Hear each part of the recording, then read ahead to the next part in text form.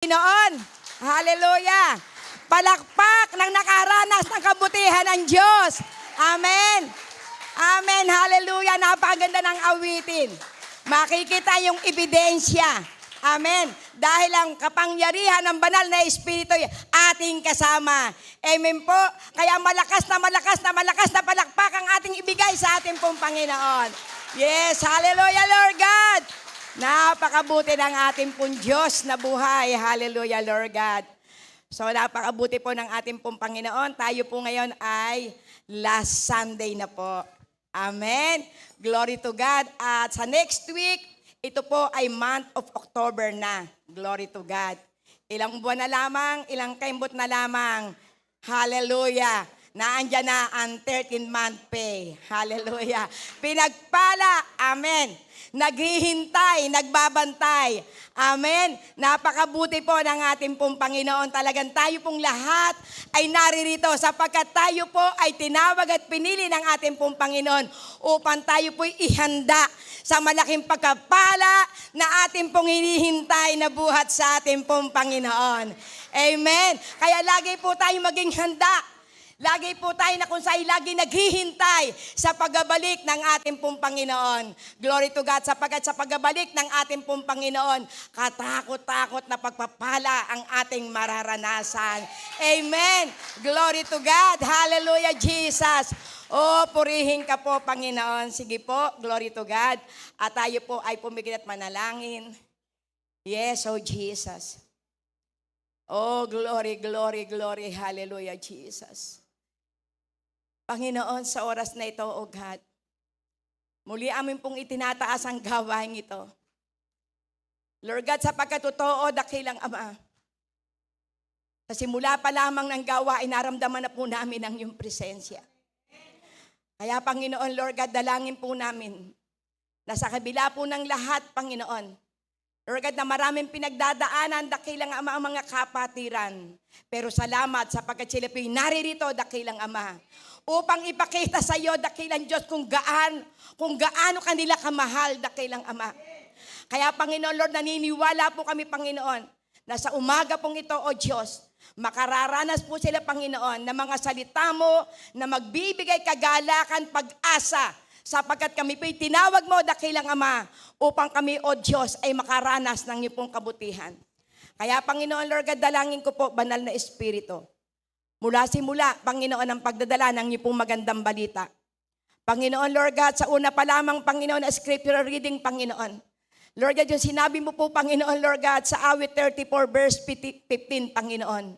Lord, ang mga mata mo'y nakatitig sa mga matuwid, Panginoon. Lord, naririto ang mga anak mo, Panginoon, na matuwid sa iyo pong harapan, dakilang Ama. Panginoon, sapagkat ang pangako mo, dakilang Ama, nang yung taenga ay laging handa sa pakikinig, Panginoon, ng aming po mga daing. Kaya Lord God, dalangin ko po, Panginoon. Lord God, ang mga salita mo, magbigay pag-asa, kalakasan sa bawat isa, Panginoon. Na hindi po sila aalis sa lugar na ito, Panginoon. Lord God, at sila po'y lupaypay, punong-puno ng problema, kundi aalis sila sa lugar na ito, na dala ang pangako mo, dala ang pagkapala mo, Panginoon. Lord God, Panginoon, ito ang nais mo, dakilang Ama, ng iyong mga anak ay makaranas ng katagumpayan, dakilang Ama. Kaya salamat po, Panginoon. Hayaan mo po, banal na Espiritu, na kayo po'y makakilos sa aming pong kalagitnaan. At maunawaan po namin, Panginoon, ang iyong pong pag-ibig, ang iyong kadakilaan, ang iyong pong plano sa bawat isa po sa amin. Lord, salamat po. Ikubli mo po ang iyong pong aba sa iyong pong likuran, Panginoon. Upang ikaw, Panginoon, na maitaas. Ikaw ang madakila. Ikaw po ang maluwalhati. Holy Spirit, Holy Spirit, Holy Spirit. Ikaw po ang aming tagapagturo. Ikaw po ang aming comforter. Ikaw po ang tagapagpaalala ng iyong pong salita. Sa pangalan ni Jesus. Amen and amen. Hallelujah, Lord God. Hallelujah. Sige po, ating pong buksan po ngayon. Glory to God, ang ating pong aralin. Praise God. Hallelujah. Yes, amen. Hallelujah, Lord God.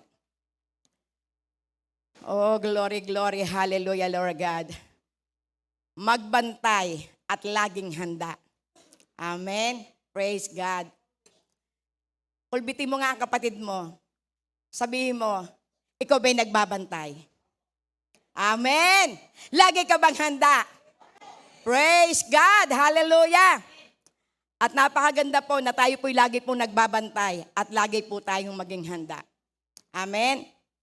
Hallelujah. Bago ko po ito po kung saan ay basahin ang scriptural, nais ko po lang magbigay po ng isa pong illustration.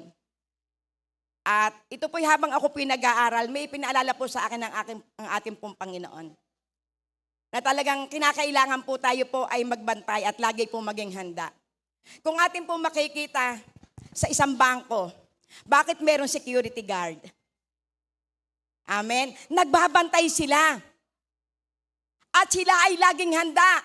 Bakit po? Kasi meron silang barel. Amen? At hindi sila natutulog. So ang ating tanong, ano kaya ang binabantayan na security guard sa loob po ng bangko? Sigurado pera. Hindi po lamang pera, yung mga dokumento. Maaari may mga alahas pa rin doon ng mga mamahalin. Sapagkat yung pong mga mayayaman, ang kanila pong mga alahas, ito'y kanila pong dinadala sa bangko para ito po'y maingatan. So kung atin pong makikita, dahil kaya meron security guard, merong kayamanan sa loob ng bangko. Meron dapat ingatan. Meron na kung saan ay mga dokumento na kung saan ito po'y napakahalalaga. Na mga may utang sa kanila, hindi pwedeng mawala. Glory to God. Sapagkat kapag nawala ang dokumento, wala ang pangahawakan ng isa pong bangko. So kung atin pong makikita, tayo po'y tinuturing ng ating pong Panginoon na tayo po'y isang security guard. Amen? Tayo po yung nagbabantay sa ating puntahanan. Kaya makikita po natin dito yung pong ibinigay sa akin ng Panginoon na kung saan salita po ng ating Diyos. Yung po sinabi niya po sa aklat po ng Matthew 24, 36 to 44. Glory to God, dahil ito po ay isa pong paghahanda at ito po ay isa pong pagbabantay. At tayo pong lahat na tinawag ng ating pong Panginoon, tayo po yung puno ng sambahayan. Amen? So ating pong basahin. Amen. Sabay-sabay po tayo, basahin po natin at ito po ay naway tumimo sa ating pong puso. Walang nakaalam ng oras. Amen. Ngunit tungkol sa araw at oras na iyon, walang nakaalam kahit ang anghel sa langit, maging ang anak man. Ang ama lamang ang nakaalam nito. Praise God. Ang pagdating ng anak ng tao ay tulad noong panahon ni Noe. Nang mga araw na iyon, bago bumaha, ang mga tao ay nagsisikain, nagiinuman, nagsisipag-asawa hanggang sa araw na pumasok si Noah sa barko. Hindi lamang namamalayan ang nangyayari hanggang sa dumating ang baha at tinangay silang lahat. Gayon din ang mangyayari sa pagdating ng anak ng tao. Sa panahong iyon, may dalawang lalaki nagtatrabaho sa bukid. Kukunin ang isa at iiwan ang ikalawa. May dalawang babaeng nagtatrabaho sa gilingan. Kukunin ang isa at iiwan ang ikalawa. Kaya't maging handa kayo dahil hindi nyo alam kung kailan darating ang inyong Panginoon. Praise God. Unawaan nyo ito. Kung alam ng may-ari ng bahay kung anong oras ng gabi darating ang magnanakaw, siya'y maghahanda at hindi niya pababayaan pasukin ang kanyang bahay. Praise God. Kaya't lagi kayong maging handa sapagkat darating ang anak ng tao sa oras na hindi nyo inaasahan. So ito po ay paalala ng ating pong Panginoon. Sapagkat ang senaryong ito, yung po sa sinabi po doon pa lamang po sa Matthew 24, 1-3, ito po yung senaryo na kung saan ang ating pong Panginoon ay pababa na buhat doon sa bundok ng Olibo. Pero ito pong mga alagad ay maaring nakatanaw doon po sa paligid. Kapag sinabi pong nasa bundok, kita mo yung mga paligid. Pero ang nakita ng mga alagad ay yung mga nagtataasan na mga building. Nagtataasan, maaring mga nakikita nila yung kung saan yung pong mga busy na mga negosyante, yung mga malalaking mga building na kung saan maraming tao, maraming kung saan nakikipag-transaksyon.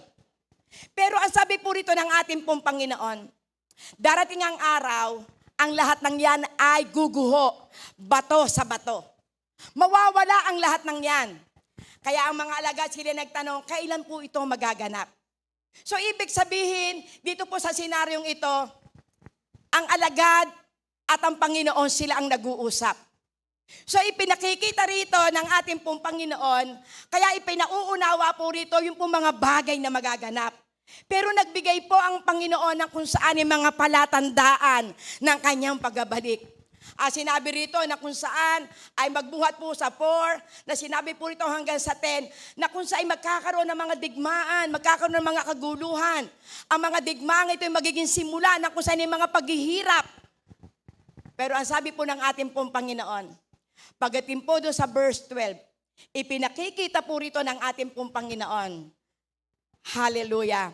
Makikita po rito na marami ang magaganap, pero darating ang panlalamig ng mga mananampalataya. Manlalamig ang pag-iibig ng mga mananampalataya. Ngayon sa palagay nyo, ito po'y binararamdaman nyo?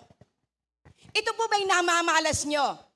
Ito po'y naririnig nyo ba sa mga balita, yung mga digmaan, mga kaguluhan, tagutom, mga pagtaas ng bilihin, mga pagtaas ng kung saan ay gasolina, once na ang gasolina ay tumaas, ibig sabihin lahat susunod ito. Pero pinakikita po ng ating pong Panginoon, ang sabi niya, hindi pa ito ang wakas. Marami pang mararanasan. Kaya makikita po natin to bilang tayo po ang puno na kung saan ang ating pong sambahayan. Tayo po'y inaatasan ng ating pong Panginoon. Sapagkat ang sabi, unawain ninyo, ang pagbabalik ng anak ng tao, walang nakakaalam kung kailan ito. Ni ang anak ng Diyos, tanging ang Ama lang. Miski sa kanyang mga anghel, hindi rin ito ipinaalam. So ipinauunawa po dito, na para maganap ang lahat ng ito, tayo po'y maging handa. Tayo po'y maging handa sapagkat marami pa ang bilang na kung saan ay hindi pa naliligtas. Kaya dito ipinauunawa doon po sa aklat po ng 1 Peter 5, 8 and 10. Na makikita po natin dito, ito po yung paghahanda na nais po ng ating pong Panginoon. Hallelujah. Ang sabi, maging handa kayo at magbantay. Ang diablo, ang kaaway ninyo, ay parang layong umuungal at aali-aligid na naghahanap ng malalapa. Praise God. Labanan niyo siya at magpakatatag kayo sa inyong pananampalataya sa Diyos. Tulad ng alam ninyo, hindi lamang kayo ang nagtitiis ng mga kahirapan, kundi gayon din ang inyong mga kapatid sa buong daigdig. Praise God. Pagkatapos ninyong magtiis sa loob ng maikling panahon, ang Diyos na siyang pinanggagalingan ng lahat ng pagkapala, ang siyang magbibigay sa inyo ng kagalingan, katatagan, at lakas ng loob at isang pundasyong di matitinag. Praise God. So ibig sabihin, ipinakikita po rito ng ating pong Panginoon. Dahil bilang tayo po yung mga tinawag at pinili ng ating pong Panginoon, tayo po yung inaatasan ng ating pong Panginoon na lagi po tayong maging handa at magbantay. So ibig sabihin, kaya po tayo inaatasan na andyan ang dyablo. Amen. Na andyan yung ating kalaban. Marami siyang pinupuntirya sa bawat isa sa atin. Sapagkat tayo lahat ay pinili ng ating pong Panginoon upang makaranas nung kung saan ay kanyang pagliligtas. Amen. Tayo po yung inaasahan ng ating pong Panginoon na maliligtas. Kaya tayo po yung inaatasan ng ating pong Panginoon na tayo po ay magbantay at laging maging handa. Amen. Ito po yung nais po ng ating pong Panginoon. Sapagkat totoo maging sa loob po ng ating puntahanan na andyan po ang dyablo. Amen. Sa ating kapaligiran, naandyan din ang dyablo. Naandyan din si Satanas na aali-aligid. At maari sa lugar nito, naririto rin si Satanas. Amen. Naandyan niya sabihin, huwag ka nang makinig dyan. Hindi naman totoo yan. Iniisip mo kung ano sabihin ng dyablo. Bukas magbabayaran na. Dumating na yung mga bill sa Meralco. Amen. So ibig sabihin, ang nais ng ating pong Panginoon, sa oras na ito maging attentive tayo. Sa oras na ito, ating namnamin kung ano yung magandang balita na inihahatid ng ating pong Panginoon. Kasi ang ating kaaway ay hindi tao. Hindi dugo at laman. Amen. Naririyan siya upang tayo linlangin. Kaya nga, ang sabi po rito ni Apostol Pedro, maghanda kayo at magbantay. Ang puso natin, kinakailangan bantayan po natin. Sapagkat yung sinabi sa aklat po ng Jeremiah 17:9, ang sabi rito, ang puso ng tao ay mandaraya.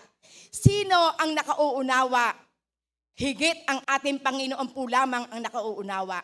Kaya tayo pong lahat narito, alam ng Panginoon kung ano laman ang puso mo.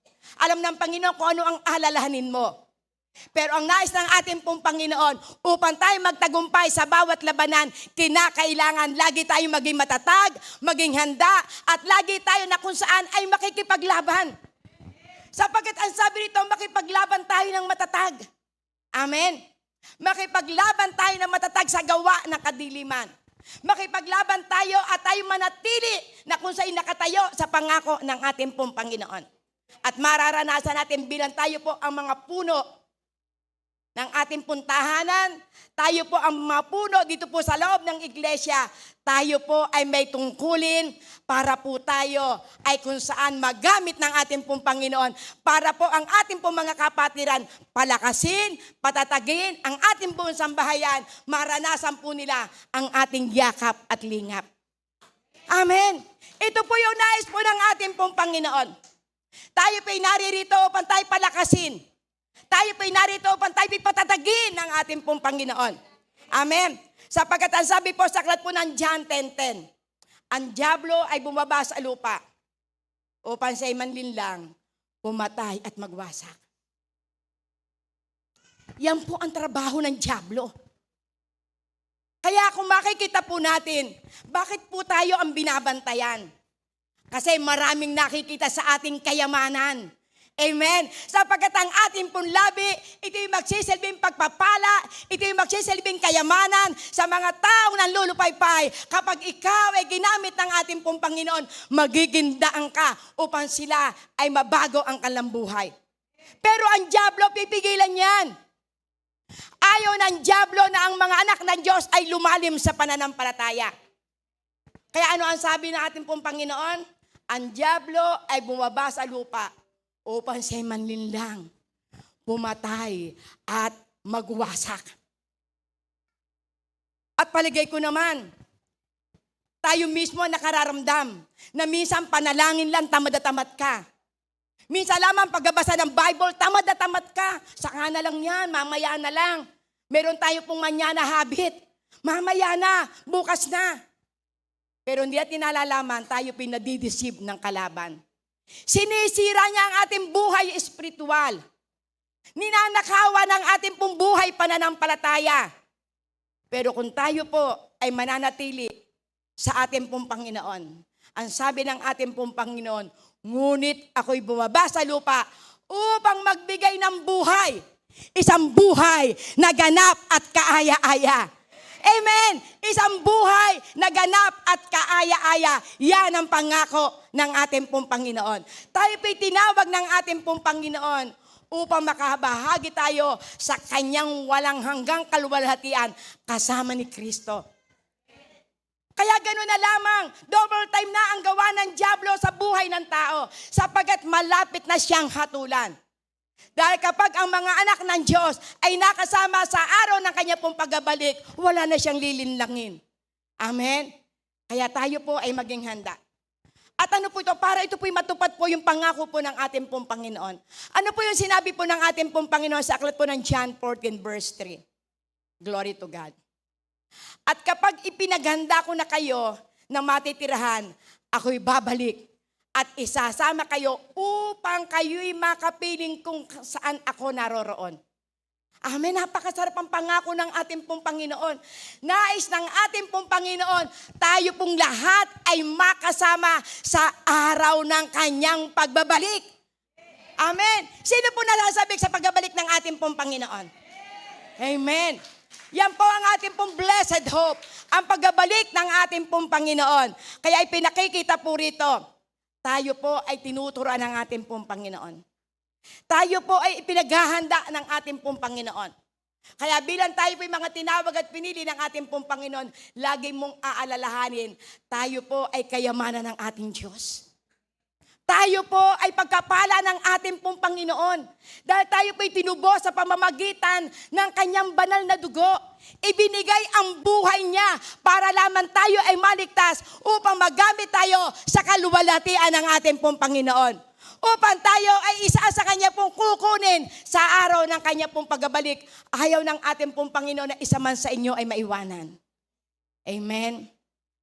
Ayaw ng ating pong Panginoon na tayo po ay maaalipin ng iba't ibang uri na panlilinlang ng dyablo sa ating pong buhay. Kaya ito'y pinauunawa po dito. Upang tayo po ay maging gising, upang tayo po ay maging handa, lagi po natin itong aalalahanin. Ano-ano ang dapat nating gawin upang tayo ay makasama sa pagbabalik ng ating pong Panginoon. Sapagkat ito po ang kanya pong disenyo. Kaya siya po'y nagbibigay po ng babala. Kaya siya po'y lagi pong nagpapaalala sa bawat isa po sa atin. Sapagkat bilang tayo po'y kanya pong binayaran ng banal na dugo, lahat po tayo precious sa kanya pong paningin. Lahat po tayo itinuring ng ating pong Panginoon na isa pong mamahalin na kagamitan. Bakit po? Sapagkat hindi po lamang ang pananalapi ang ginamit sa atin. Buhay ang ginamit ng ating pong Panginoon para po tayo ay maligtas at magligtas din ng mga kaluluwa. Amen po. Ano po sabi po sa aklat po ng Efeso 6:10? Magpakalakas sa Panginoon. Amen. Tayo po ay magpakalakas sa ating pong Panginoon. Glory to God. Hallelujah. So makikita po natin dahil tayo po ay nagpapakalakas sa ating pong Panginoon. Ang sabi sa aklat po ng Efeso 6:10. Hallelujah. Bilang pangwakas, magpakatibay kayo sa kalakasang galing sa Panginoon at sa kanyang dakilang kapangyarihan. So ipinauunawa po dito, upang tayo po ay hindi po madinlang, upang tayo po ay hindi po madeceive ng kalaban, kinakailangan tayo pinagpapakalakas sa kapangyarihan ng ating pong Panginoon. Stand firm. Tayo po'y tumayo ng matatag. Tayo po'y lumaban sa bawat labanan. At ang sabi ng ating pong Panginoon, nais niya na maranasan natin ang kalakasan ng ating pong Panginoon. Ang kalakasan na nagmumula sa Kanya, sapagkat kung sa ating po lamang sarili, tayo po ay magagapi. Amen. Tayo po ay matatalo. Tayo po'y ibubuwal ng kalaban. Kaya ang nais ng ating pong Panginoon, lagi po tayong magpakalakas, magpakatibay sa kapangyarihan ng ating pong Panginoon na walang iba kundi ang salita ng ating Diyos. Sapagkat sino sa atin ang makapagbabago ng ating buhay? Tanging ang salita ng ating pong Panginoon. Tanging ang salita ng ating pong Panginoon na ating nababasa, na ating naririnig, na ating nabubulay-bulay. Ito yung salita ng Diyos na magpapakalakas sa atin. Ito yung salita ng Panginoon na kung saan ay magbibigay sa atin ng pag-asa.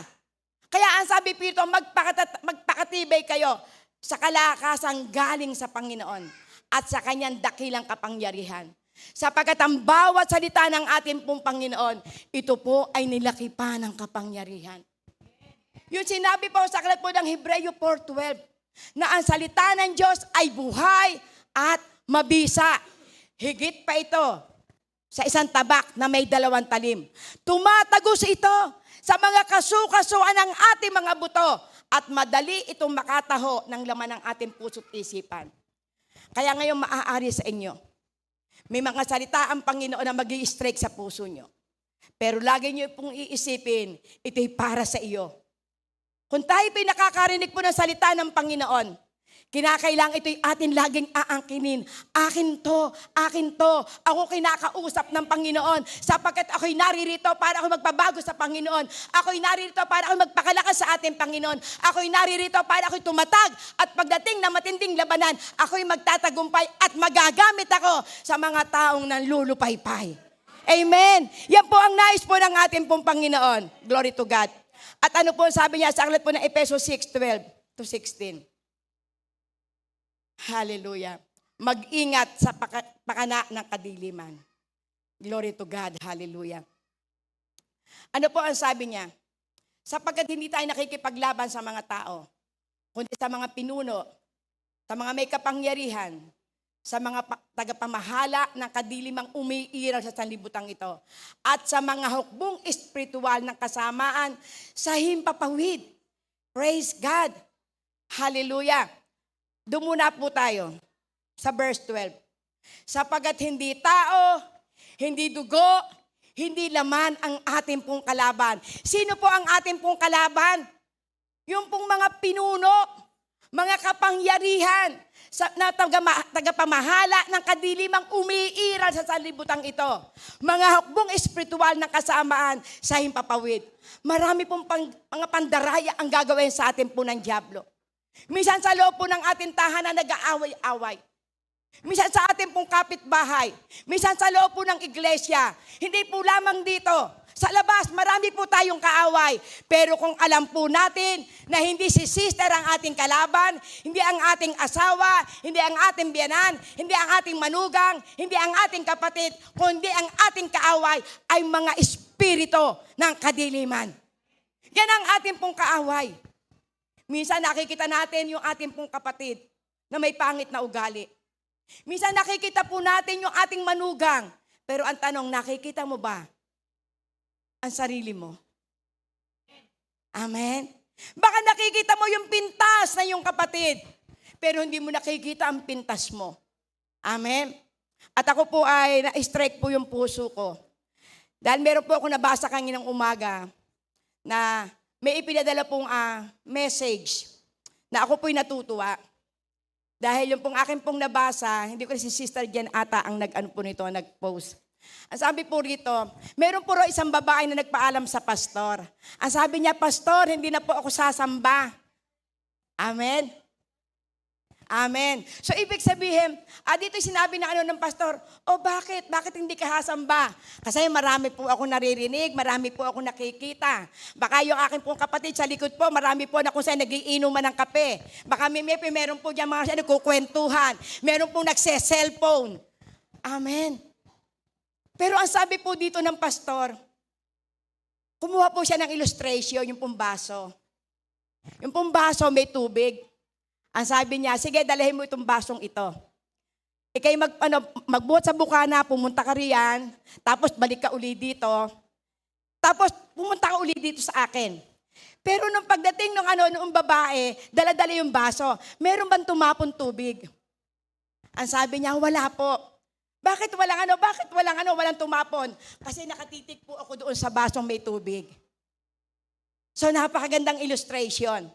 Kapag ka po tayo nasa church, huwag po tayong tingin doon. Minaririnig po tayo, nagiinuman ng kape. Nakakainis naman yun, nagiinuman ng kape. Meron tayong narinig na may hawak ng cellphone, nag-ring. Ano ba naman yun? Pati ba naman dito, dala-dala pa, dapat i-off na yung cellphone na yan. So ano po ipinaunawa po rito? Kapag tayo po ay nasa loob po ng iglesia, makinig tayo sa mensahe ng ating Panginoon. Amen. Huwag po tayo tingin doon sa kapintasan ng ating kapatid.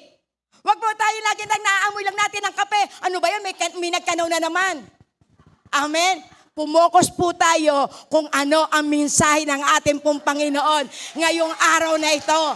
Amen. At kapag ikay pumokos sa salita ng Panginoon, sasabihin mo, akin yon, ako kinakausap ng Panginoon.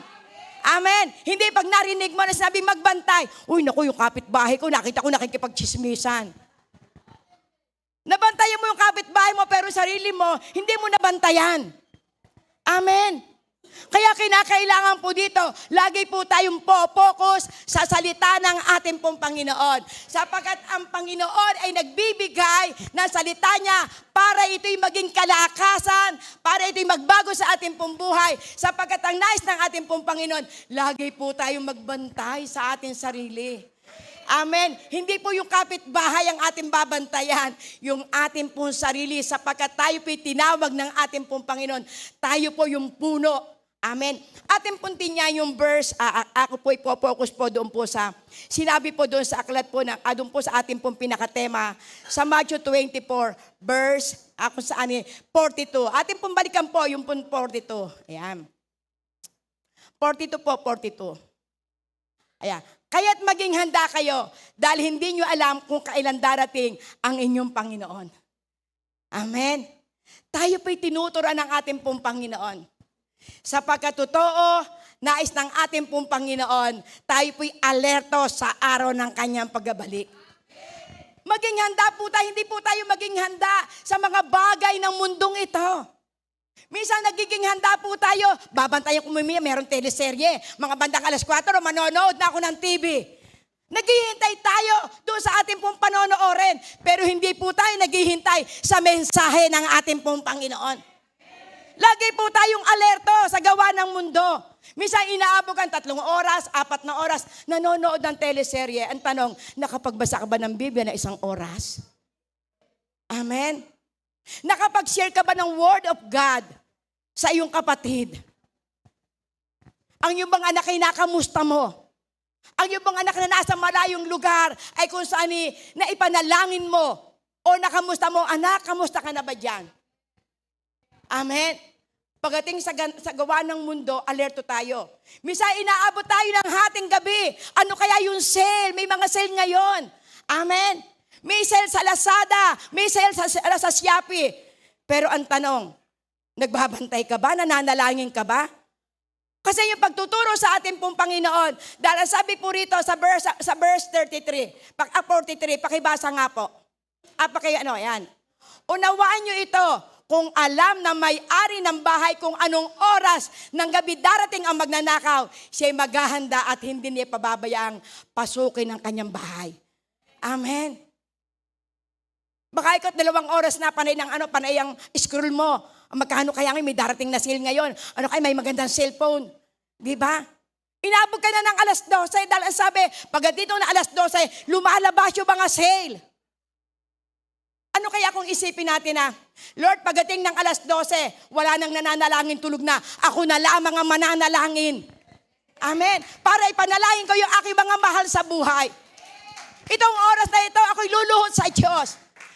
Para yung aking mga pangangailangan, para yung pangangailangan ng aking anak. Sapagkat meron akong anak na kailangan na makapasa siya sa kanyang exam.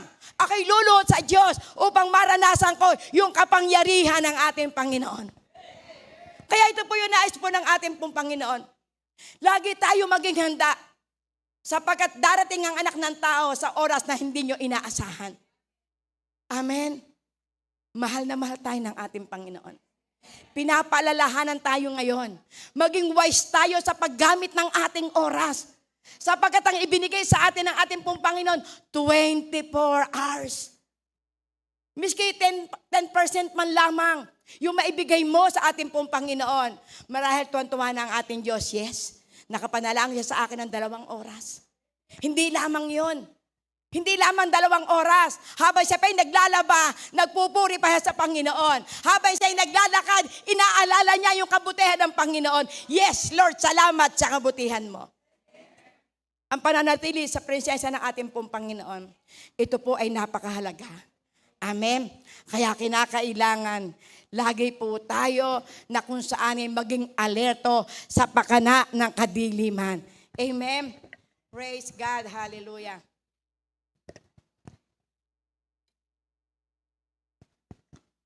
Balikan po natin ang aklat ng Efeso 6. Hallelujah, Lord God. Efeso 6 po, ayan. Ang sabi po sa verse 13, kaya't gamitin ninyo ang kasuotang pandigma na mula sa Diyos. Sa gayon, makatatagal kayo sa pakikipaglabang pagdating ng araw na sumasalakay ang masama, upang pagkatapos ng labanan ay matatag pa rin kayong nakatayo. Amen. Ano pong ipinasusuot po rito? Kasuotan ng ating pong Panginoon. Amen. Kasuotang pandigma na mula sa ating pong Panginoon.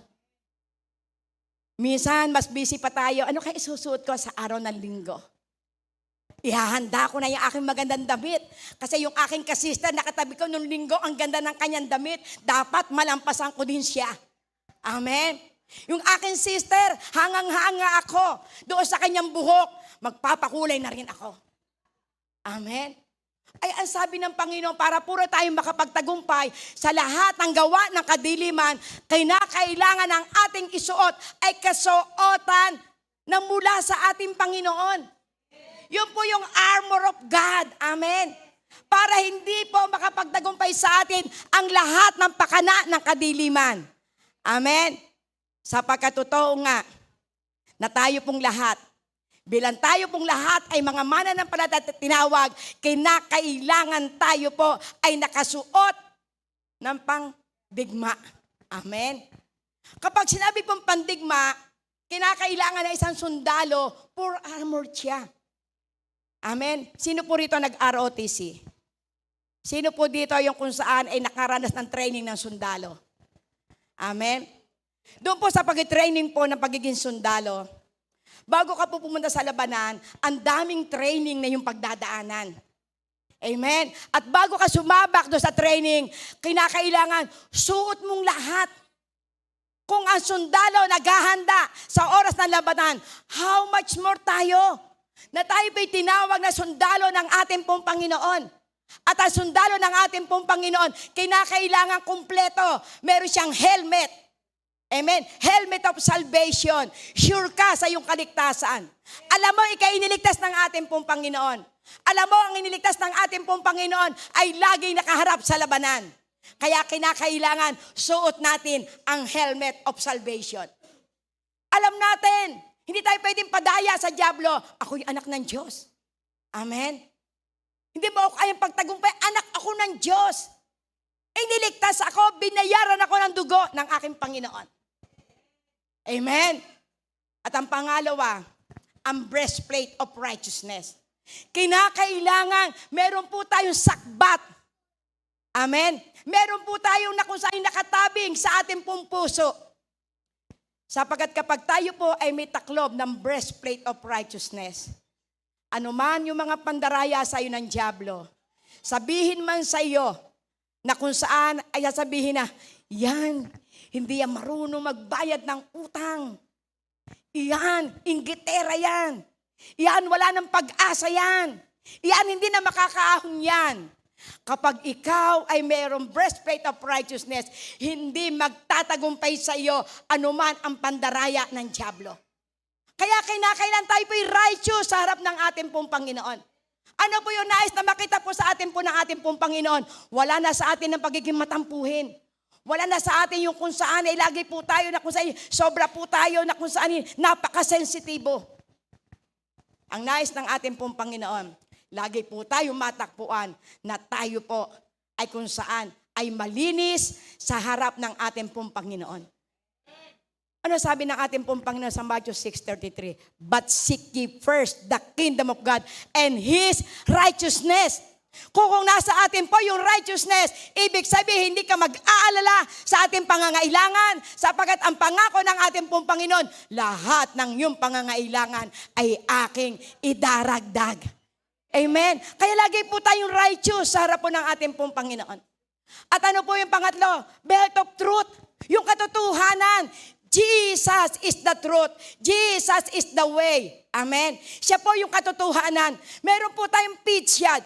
Ito po yung pagiging handa sa pagdadala ng magandang balita. Amen. Kaya kung ating pong titingnan, ano po yung sinabi po rito ng ating pong Panginoon? Dahil kinakailangan tayo po ay maging isang tunay na lingkod ng ating pong Panginoon. Meron pong mga kung saan ay babala. Amen. Sapagkat may magaganap po. Ano po sabi po sa aklat po ng Matthew 24 verse 21? Hallelujah, Lord God. Sapagkat sa mga araw na iyon, ang mga tayo magdaranas ng matinding kapighatian. Hindi pa nararanasan mula ng likhain ang sanlibutan hanggang sa ngayon at hindi na mararanasan pa kahit kailan. Amen? May babala po ang ating Panginoong Jesus. Lagi po nating aalalahanin si Jesus ang nagsasalita sa kanyang mga alagad. Kaya dito po yung pinauuna na po niya. Kaya yung po sinasabi niya po rito na kung saan kinakailan tayo po'y laging manalangin upang hindi po tayo makaranas na sinasabi ito ng ating pong Panginoong Jesus. Glory to God. Matinding kapighati ang hindi pa nararanasan mula nung likhain ang sanlibutan hanggang sa ngayon at hindi mararanasan pa kahit kailan. Amen. Kaya tayo po'y pinapaalalahanan po ng ating pong Panginoon. Dahil mahal na mahal po tayo ng ating pong Panginoon. Lagi po siya nagpapaalala, gumagawa ng mga kaparaanan upang tayo po ay kung saan ay manatili na tayo po ay nananalangin. Manalangin ng walang patid upang hindi tayo makaranas ng sinasabi ng ating pong Panginoon. Ano po sabi niya sa 1 Thessalonians 5:17? Pray without ceasing. Manalangin tayo ng walang patid. Amen. Ipanalangin natin ang ating kapitbahay, ipanalangin ang ating mga anak, ipanalangin nyo si Pastora Magda, ipanalangin nyo lahat ng pastor ng biyaya ng Diyos, ipanalangin nyo mga kapatiran at mararanasan nyo ang pinagpalang buhay. Amen. Praise God. Hallelujah. Purihin ang ating pong Panginoon. Dahil kung tayo po'y prayerful, hindi po tayo na kung sa'y makararanas ng kapighatian na daranasin ng mga maiiwanan. Glory to God. Ano po ang sabi niya po sa Matthew 24:12-14? Praise God. Hallelujah. Lalaganap ang kasamaan, kaya't manlalamig ang pag-ibig ng marami. Ngunit ang mananatiling tapat hanggang wakas, siyang maliligtas. Amen. Nagpapaalala ang ating Panginoong Hesus. Ipangangaral sa buong sanlibutan ang magandang balitang ito tungkol sa kaharian ng Diyos upang magsilbing patotoo sa lahat ng mga bansa at saka darating ang wakas. Nagpapaalala po dito ang ating pong Panginoon. Baka ikaw po ang kinakausap ng Panginoon ngayon na ipangaral ang magandang balita. Ipangaral ang magandang balita upang hindi maranasan ng mga taong nasa paligid mo na sila'y maiwanan at sila ay manatiling tulog. Amen. Manatili silang patay. Amen. Ang mga patay po, kung tawagin ng ating pong Panginoon, sila yung walang relasyon sa ating pong Panginoon. Kaya kinakailangan ang mga patay ay mabuhay sa pamamagitan ng salita ng ating pong Panginoon. Amen. Ito po yung nais po ng ating pong Panginoon. Tayo po'y maging isang ebanghelista. Amen. Ano po ang sabi po sa aklat po ng Matthew 28? Glory to God. Sapagat malapit na po ang wakas. Glory to God. Hallelujah. Lagi po nagpapalala po ang ating pong Panginoon na kinakailangan ang magandang balita ay mahayag. Lumapit si Jesus at sinabi sa kanila, ibinigay na sa akin ang lahat ng kapangyarihan sa langit at sa lupa. Kaya't humayo kayo, gawain ninyong alagad ko ang mga tao sa lahat ng mga bansa. Bautismuhan niyo sila sa pangalan ng Ama, ng Anak at ng Espiritu Santo. Glory to God. Turuan niyo silang sumunod sa lahat ng iniuutos ko sa inyo. Tandaan niyo, ako'y laging kasama niyo hanggang sa katapusan ng mundo. So, ibig sabihin, may tungkulin po tayo. Kasi hanggat di nakakarinig ng magandang balita ang isang patay sa pananampalataya, hindi po sila mabubuhay. Amen. Sapagkat ang sasampalataya sa ating pong Panginoon, yon ang makakasama sa pagdagit ng ating pong Panginoon. Sapagkat ang isa pong may espiritu ng ating pong Panginoon, sila po yung laging gising. Amen? Sila po yung papaalalahanan ng ating pong Panginoon. Sapagkat sa pamamagitan ng espiritu na ating pong ibibigay sa kanila, na espiritu ng ating pong Panginoon, ito po ang magiging kaparaanan upang sila ay maging alive. Amen? Upang maranasan po nila na totoo ang ating Diyos ay buhay, na totoo ang ating Diyos ay makapangyarihan, na ang ating Diyos ay nagpapagaling, ang ating Diyos nagpapalaya, ang ating Diyos nagpapayaman, ang ating Diyos ang may kapangyarihan na magbago ng ating pong buhay. Amen. Ganyang kabuti po ang ating pong Panginoon. Kaya kinakailangan tayo po'y maghayag. Amen. Kinakailangan kung mahal niyo po ang ating pong mga kasama sa bahay. Kung mahal po natin ang ating pong mga kamag-anak, ang ating pong mga kakilala, hatiran po natin sila ng magandang balita. Amen. Salamat po sa mga maaalab na nagdadala ng kaluluwa. Sapagkat totoo na kung ang ating pong buong sambayan ay makakarinig na salita ng Panginoon, nagawa mo na ang parte mo na sila'y hayagan na salita ng ating pong Panginoon upang sa panahon na sila'y dumaranas ng matitinding pagsubok, ang kanilang maaalala, meron Diyos na nagligtas sa akin. Na kung paano ako hinango buhat sa aking karumihan. Amen. Ang pag-ibig pa rin ng ating pong Panginoon ang nagbago sa ating pong buhay. Amen.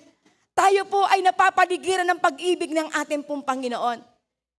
Tayo po ay pinagkalooban ng banal na Espiritu para po sa panahon na tayo po'y dumarana sa matitinding pagsubok, maalala po natin ang mga pangako ng ating pong Diyos.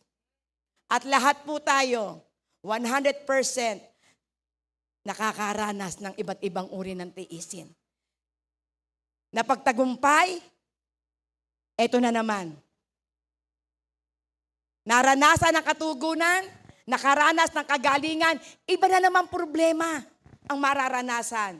Pero habang tayo po ay nagtatagumpay sa bawat antas ng ating pong problema, palaki ng palaki ang ating pong pananampalataya sa ating pong Panginoon. Amen. Ang ating pananampalataya ang magliligtas sa atin. Kaya wag po tayo matatakot na mag-share po tayo miski anong relihiyon. Sapagkat ang lagi nating ipapaalala, kapatid, hindi relihiyon ang magliligtas sa iyo. Ang ating relasyon sa ating pong Panginoong Hesus. Kaya wag po tayo manghihinawa na tayo po ay magligtas ng kaluluwa. Amen. Glory to God. So in conclusion po, glory to God. Hallelujah. Praise God. Ang sabi po sa aklat po ng Matthew 24, 45 to 51. Amen. Glory to God. Dapat palaging maging handa. Sino ang tapat at matalinong alipin? Hindi ba't ang pinamamahala ng kanyang Panginoon upang magpakain sa iba pang mga alipin sa takdang oras? Pinagpala ang aliping iyon kapag dinatan siyang tapat na naglilingkod sa pagbabalik ng kanyang Panginoon. Sinasabi ko sa inyo, gagawin siyang tagapamahala ng kanyang Panginoon sa lahat ng mga ari-ari nito. Ngunit, kung masama ang aliping iyon, sasabihin niya sa kanyang sarili, matatagalan pa ang pagbabalik ng aking Panginoon. Kaya't sisimulan niyang bugbugin ang kanyang kapwa alipin. Makikipagkainan, makikipag-inuman sa mga lasenggo. Babalik ang Panginoon ng aliping iyon sa araw na hindi niya inaasahan at sa oras na hindi niya alam.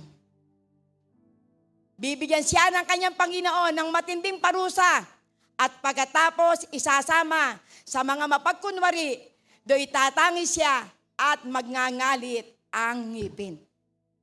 So ipinakikita po rito ng ating pong Panginoon. Ito po yung isang babala. Sapagkat ang nais po ng ating pong Panginoon, tayo po'y maging katulad ng isa pong matalino. Ito pong isa pong matalino na kung saan ay kinakailangan na siya po'y lagi pong maging handa. Lagi po siya nagbabantay. Sapagkat ito pong kung saan ay pinagkatiwala ng ating Panginoon na inaakala ng ating Panginoon siya po'y matalino, pero sa kanya pong isip, matagal pang babalik ang aking Panginoon. Ano ginawa nito? Ang ginawa niya, sabi sa kanyang isip, bubugbugin ko na lamang itong aking mga tauhan. Ako'y makikisama sa mga lasenggo. Ako'y makikipag-inuman. Uubusin ko yung oras sapagkat hindi pa darating ang aking Panginoon. Pero nung dumating ang Panginoon, matindi yung kung saan, yung sinabi sa kanya ng Panginoon. Siya ay dadalahin sa nagliliyab na apoy. Siya po ay dadalahin sa sobrang kapighatian. Kaya ito po'y babala po sa atin ng ating pong Panginoon. Sapagkat may pangako siya, ang sinong mananatiling tapat, siya ang maliligtas. Amen. Kung sino ang mananatili na gising, kung sino ang mananatili na nagbabantay, siya ang maliligtas. Sapagkat hindi papasukin ng dyablo ang kanyang tahanan. Amen. Sapagkat ang sabi dito, kung nalalaman lamang ng puno ng bahay kung kailan darating ang magnanakaw, sana'y hinandaan niya ang kanyang buong sambahayan.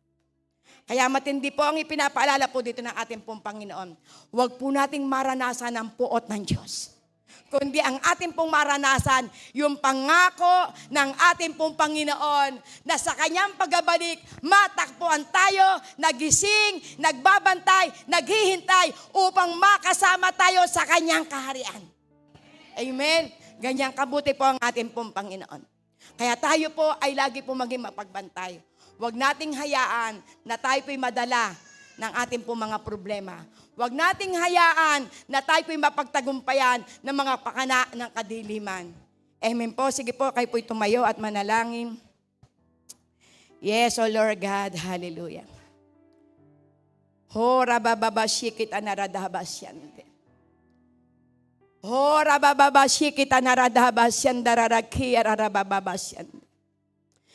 Yes, O Lord God. Hallelujah. O, napakabuti niyo po, Panginoon. Sapagkat ang nais mo po, O Diyos, sa bawat isa po sa amin. Matakpuan mo kaming gising, Panginoon. Matakpuan niyo po kami, Panginoon, Lord God, na nanatili sa iyo pong presensya.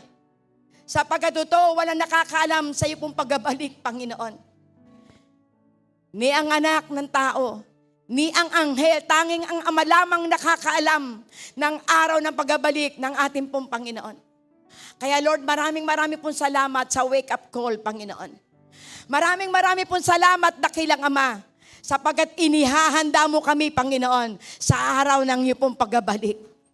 Kaya, Panginoon, dalangin ko po, O Diyos, Panginoon, na kung sino man ang dumaranas ng mga problema, Panginoon, kung sino man po, O Diyos, ang dumadaan sa iba't ibang uri ng karamdaman, iba't ibang uri ng labanan sa kalapong buhay espiritual, Lord, ang aking pong dalangin, sila po'y patuloy na maging matatag, dakilang Ama.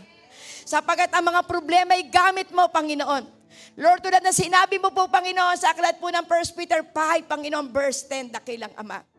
Na matapos na mapagtagumpayan po namin ang mga pagsubok na ito, dakilang Diyos. Lord God, matatakpuan mo kami malakas.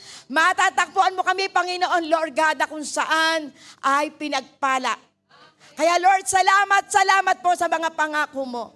Lord, tulad din na sinabi mo sa aklat po ng James 1:12, na mapapalat kami, na matapos na kami po'y makapagtagumpay sa iba't ibang uri ng tiisin, Panginoon, tatanggap kami ng putong ng buhay. Gantimpala na ipinangako mo sa lahat ng umiibig sa iyo, Panginoon. Kaya Lord, salamat po. Salamat po, Panginoon, dahil kami mahal mo. Nais mo po, O Diyos, Panginoon, na kami po'y matakpuan mo, Panginoon, na malakas at matatag. Kaya Lord, dalangin ko po, Panginoon, ang bawat salita mo magsilbing kaaliwan. Ang bawat salita mo po, Panginoon, magsilbi namin pag-asa. Kaya Lord, salamat po sa lahat ng tinawag nyo. Sa lahat ng naririto, dakilang Ama. Sapagkat alam po namin na meron ka ng inilaan na mga solusyon sa bawat problema na kalapong pinagdadaanan. Kaya marami pong salamat sa iyo, O Diyos. Panginoon, dalangin ko po, O Diyos, lahat ng salita mo, Panginoon.